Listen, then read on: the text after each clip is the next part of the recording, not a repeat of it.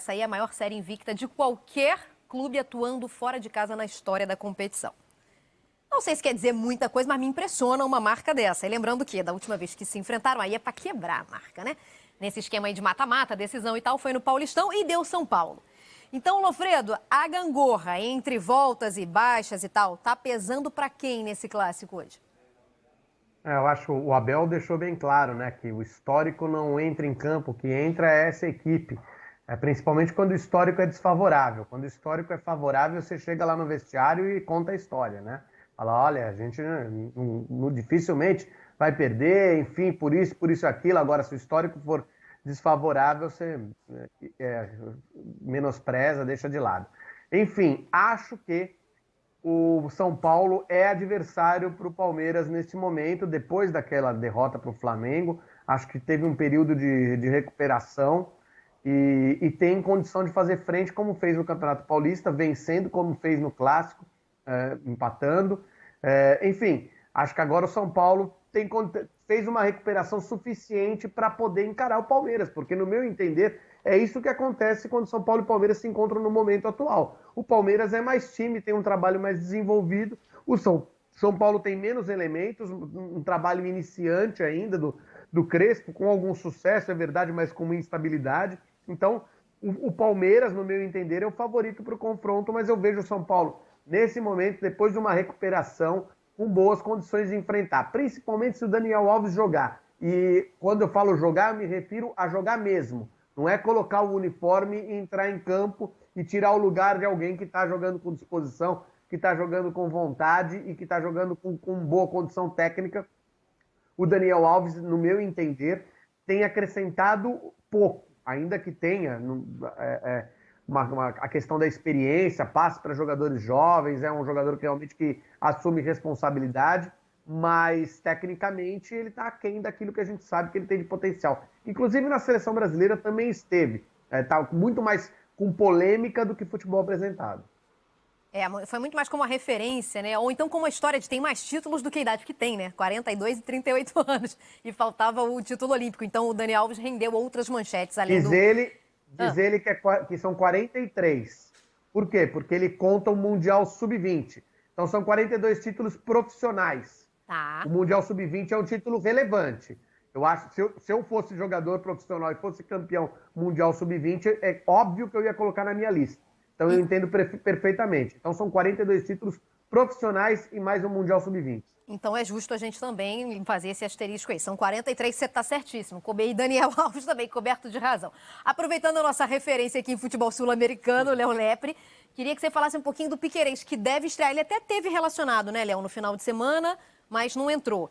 Deve fazer sua estreia contra o São Paulo. O que o torcedor do Palmeiras pode esperar de um cara que vem para o lugar do Vinha, né? Uma posição em que zagueiros estavam sendo improvisados. O que o torcedor pode esperar?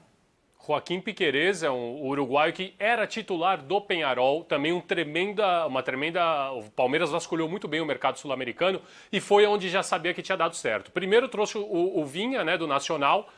Tinha dado certo, o Vinha funcionou, o Vinha já era jogador de seleção uruguaia, já estava começando o ciclo dele com o Tavares, deu muito certo aqui. O Palmeiras foi procurar na mesma fonte, então foi lá no Peñarol, porque justamente o outro lado ali no Nacional a gente já tirou um, e os dois lados, as duas laterais do Peñarol são muito bem servidas. O Giovanni Gonzalez, que é o lateral direito, também é jogador de seleção uruguaia principal. O Piquerez ainda está fazendo essa transição, ele fez parte de muitas convocações nas seleções de base, mas é bem provável que ele comece a aparecer mais na seleção principal quando o que eles chamam lá, né, o Martim Cáceres ou o Pelado Cáceres e o Vinha. O Cáceres está mais perto de se aposentar, o Cáceres parar de ser chamado, vai ser Vinha e Piquerez, provavelmente também jogador de seleção uruguaia. Ótimo jogador, um ótimo reforço. O Palmeiras traz um jogador para ser o titular da posição. É bem provável que depois que ele entre nesse time, já não saia mais. E o duelo de hoje é muito interessante porque são dois times que jogam completos, né? O Palmeiras joga completo, o São Paulo também joga completo, talvez com uma baixa só, né? Porque ali o titular ao lado do Rigoni talvez não seja o Pablo. Talvez o Crespo não enxergue o Pablo como titular fazendo a dupla com o Rigoni. Seja mais ou o Marquinhos ou o Luciano quando tiver 100%. Só que os dois estão no departamento médico. Então, é um duelo muito interessante porque são os dois times com o que tem de melhor, né, Mari? Com certeza, inclusive com a volta do Arboleda, né, Lofredo? E aí já dá mais segurança para o São Paulo, né? Porque aí você fica com a zaga, com jogadores experientes e de qualidade, uma altura, cresce na altura também, né? Você tem a ideia do Crespo, aí a gente está vendo o momento da lesão, da contratura muscular que o Arboleta teve, né? Que o afastou por um período. É um jogador que eu acho que é uma referência aí no setor defensivo, assim, claro, como é o Miranda por experiência, mas tecnicamente e na questão da bola aérea também acho muito importante para um jogo que tem tudo para ser muito equilibrado, porque pelo que as duas equipes têm de potencial, pelo que elas já apresentaram quando se enfrentaram. Boa, a gente tem algumas artes do nosso espião estatístico, né, com números.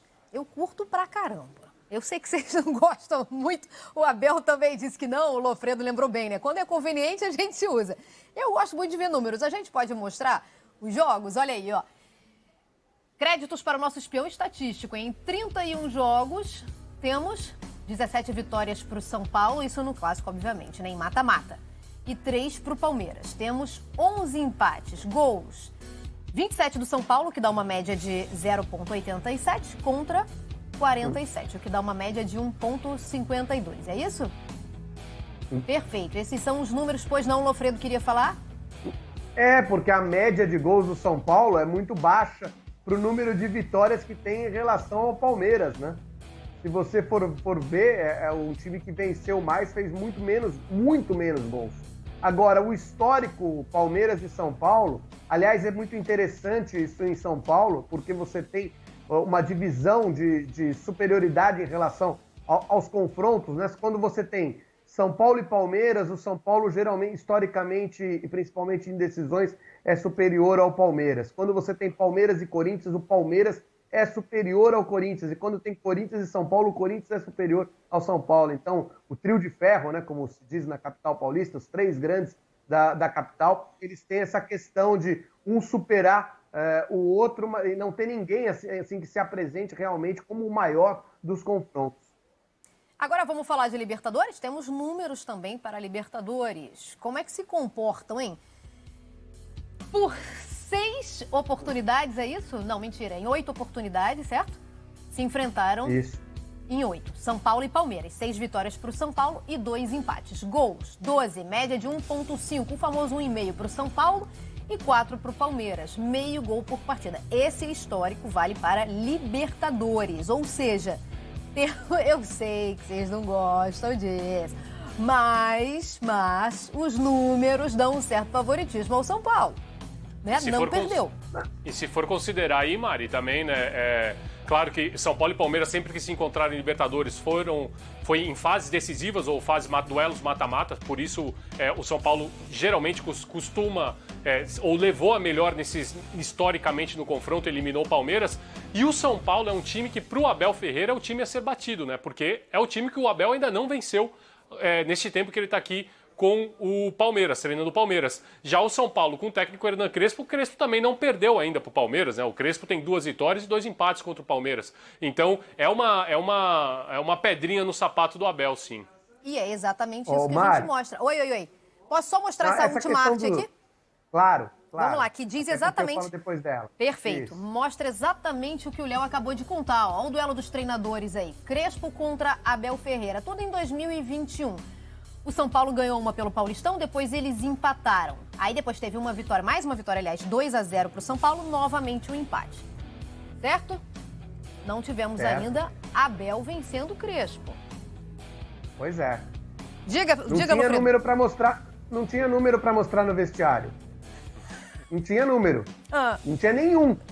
Então é melhor falar que os números não entram em campo. Para deixar bem claro, eu acho que esses números históricos, eles não têm muito gostar ou não gostar. Eles refletem uma realidade histórica. Eu acho assim, que os números, nesse caso a gente não precisa nem de muita interpretação. Muitas vezes números de jogo a gente tem que contextualizar, tem que fazer uma análise de acordo com aquilo que está acontecendo no jogo, aproveitando os números. Mas números históricos, eles chegam ali e deixam bem claro aquilo que está acontecendo. O São Paulo, historicamente, e a gente sabe disso, ele é superior ao Palmeiras no confronto direto. Quando tem o clássico São Paulo e Palmeiras, muitas vezes, principalmente os clássicos decisivos, eles saem com resultado favorável ao São Paulo.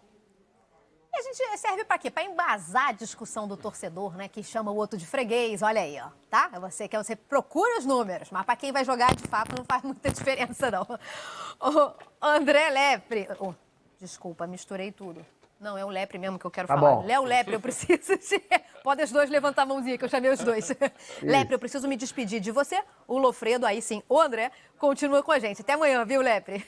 Até amanhã. E lembrando que esse Valeu, ano Léo. tem 7 clássicos entre São Paulo e Palmeiras, viu? A gente já teve 4, ainda vão ter mais 3, 2 para a Libertadores e o retorno do Brasileiro. Um beijo, Mari, um abraço pro Lofredo. Até amanhã. Bom demais. Pode Até ter amanhã. Copa do Brasil também. R$1 milhão por ano, todo ano, desde 2016, trabalhando com robôs. Isso mesmo, 2016, 17, 18, 19 e 20. E agora em 2021, com certeza eu vou conseguir também. Eu tenho uma máquina de fazer dinheiro na minha mochila e vou te mostrar como você também pode ter a sua. Quer saber como? Clica no link aqui embaixo desse vídeo e vem comigo. Esse é o João Pedro, o maior especialista do Brasil em geração de renda na internet e o único que já transformou a vida de mais de 30 mil alunos. Encare uma realidade. Para a crise não te derrubar, você precisa ganhar mais dinheiro. Conheça o passo a passo simples e garantido para faturar online pelo menos de 100 a 500 reais por dia de forma quase automática. Clique agora no link na descrição do vídeo para transformar a sua vida e começar a lucrar hoje mesmo.